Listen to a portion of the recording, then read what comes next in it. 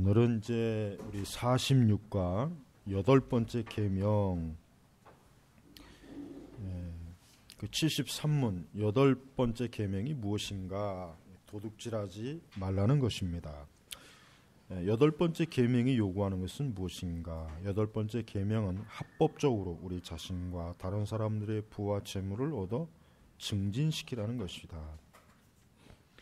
8번째 계명이 금하는 것은 무엇인가? 8번째 계명은 불공정하게 우리 자신과 다른 사람들의 부와 재물을 방해하거나 혹 방해하려는 것이면 무엇이나 금한다. 이제 그 성경에서 이제 10계명 8번째 계명은 도둑질하지 말지니라라고 하는 계명인데, 사실 이 계명이 진짜 필요한 계명인가 그런 의심을 한 적이 있어요. 저도 예전에 뭐 지금 세상에 무슨 도둑질, 그러나 실제로 예전에 그 어느 그 통계 보니까 많은 직장인들이 직장에 있는 뭐 비품을 이렇게 도둑질하는 일이 많다, 그런 신문 기사를 본 기억이 있어요. 아주 예전에. 또 직장에서 일할 시간에 노닥거리고 컴퓨터로 자기 홈쇼핑에서 물건 구입하고, 직장 전화기로 친구들하고 수다 떨고, 실제적으로 이 근무 시간에 자기 일을 하는 직장인이 꽤 많다. 이게 통계적으로도 나와 있더라고요.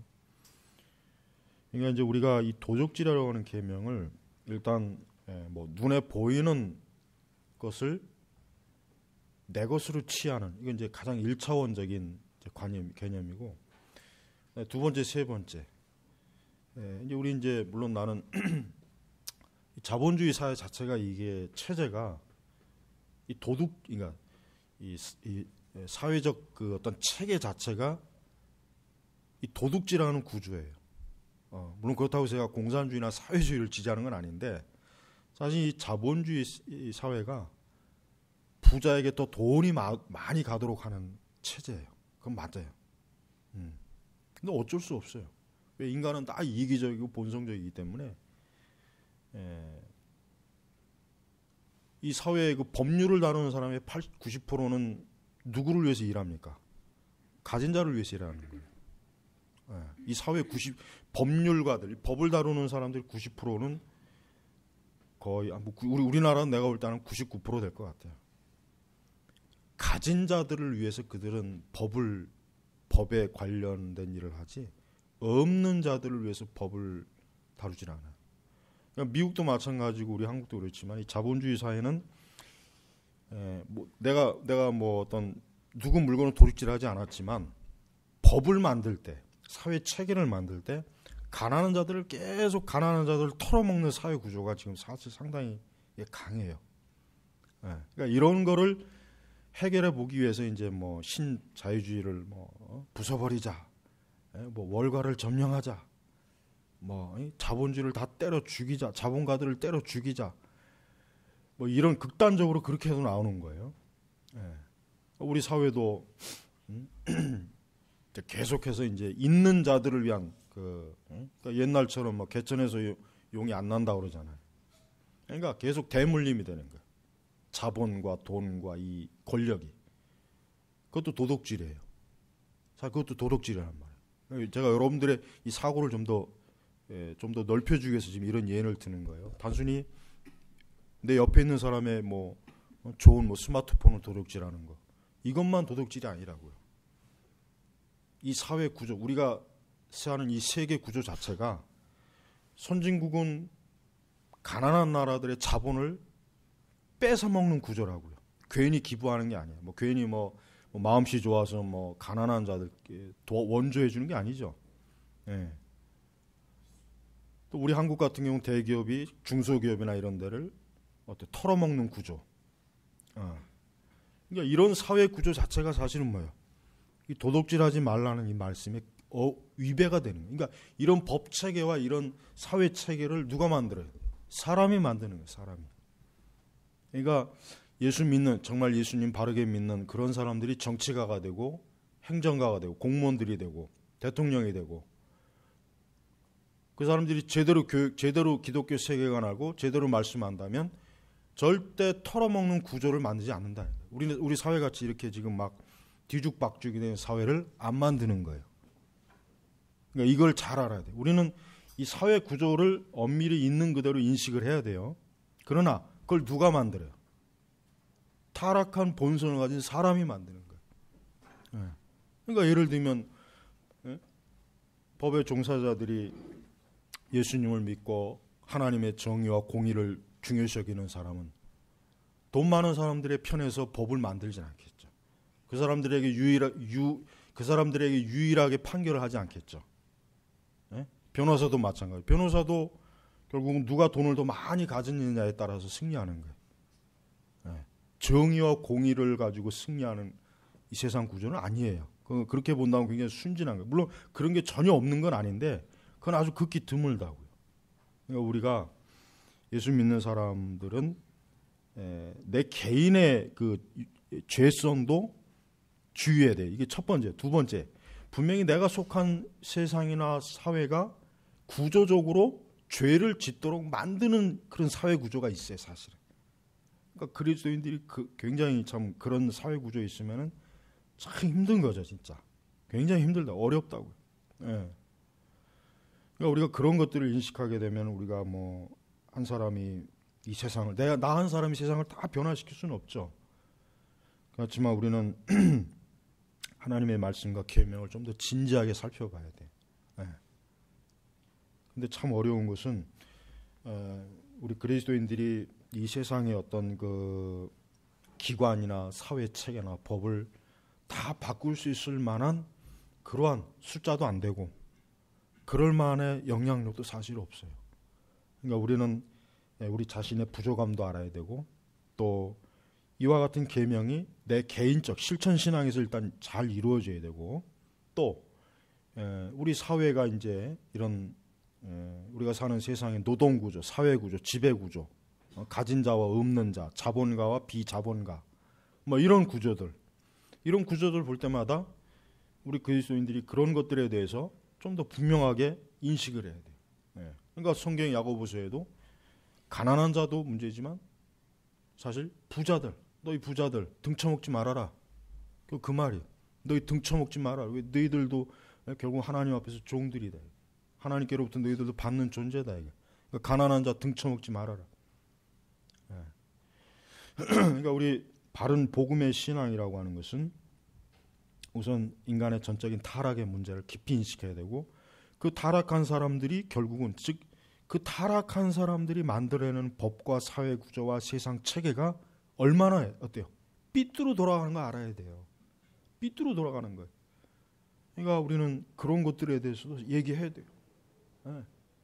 법을 만들고 국가를 운영하고 사회를 유지하는 이런 사람들.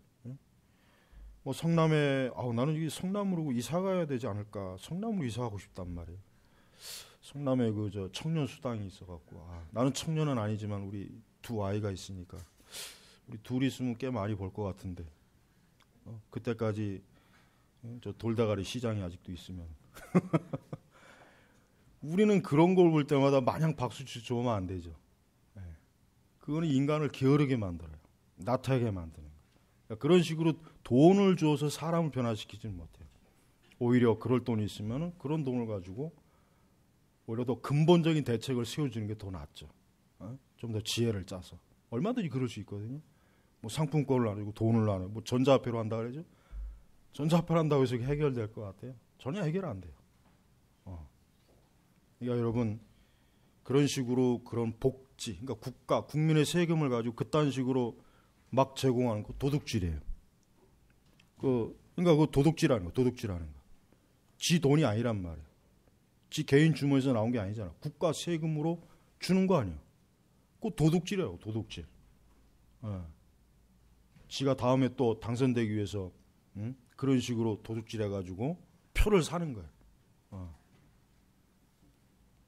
남미 같으면은 뭐 총으로 쏴 죽일 수도 있는 상황인데 마음에 안 들면은 뭐 필리핀이나 뭐 남미나 뭐 우리 한국은 너무 좋은 사회라 그렇게 극단적으로 나아가지는 않지만 이 도둑질의 개념은 사실 굉장히 광범위합니다.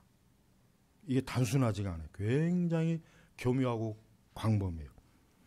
그러나 우리 그리스도인들이 한 가지 적어도 내 개인의 어떤 이런 부분은 철저해야 되겠지만은 내가 속한 기관이나 어떤 그런 영역에서 아마 이런 일들이 벌어졌을 때는 참 양심의 어떤 가책이나 이런 게 많이 있어요. 그런 것들이 많이 있어요. 물론 그런 거 아예 인식 못하는 사람이 더 많지만 우리는 그런 것들에 대해서 참 어떻게 보면 무기력할 수도 있고 그런 부분들에 대해서 내 자신이 단호하게 나는 그런 데 참여하지 않겠다. 그렇게 돌아올 수도 있고 또 여러 상황이 참 있습니다. 그래서 우리는 이 성경에 나와 있는 것처럼 우린 사유재산, 남의 재산을 내 것으로 하면 안 되죠. 그러니까 공산주의는 자본주의는 이 부분적 그러니까 사회 제도나 이 자본주의라고 하는 게 말 그대로 자본을 가진 자들이 점점 자본을 가진 자들이 주도하는 사회가 이 자본주의 사회예요. 참 뭐 안타깝긴 하지만 그건 현실이에요. 공산주의는 뭡니까? 역시 공산주의도 소수의 권력을 가진 자들이 다 헤쳐먹는 거예요. 우리 저 북한에 보세요. 옛날 러시아, 소련 붉은 귀족이라고 해가지고 이 공산 당원들만 잘 처먹고 잘 사는 구조가 공산주의 사회예요. 북한도 봐요. 김일성 일가 그다음에 그 공산당 그것들만 뱉어서 잘 먹고 잘 처먹잖아요. 나머지 인민들은 다 굶어 죽고 있어요. 또 도둑놈들이에요. 저거. 자본주의도 마찬가지고 자본주의도 노동자들의 물론 이제 우리 한국 같이 이 귀족 노조들 이것도 도둑놈들이에요. 이것도 도둑놈들이에요. 말로는 노동자의 편이지만 결국 지 귀족 노름 더 하겠다는 거예요, 사실은. 그거 도둑질하는 거예요, 그거.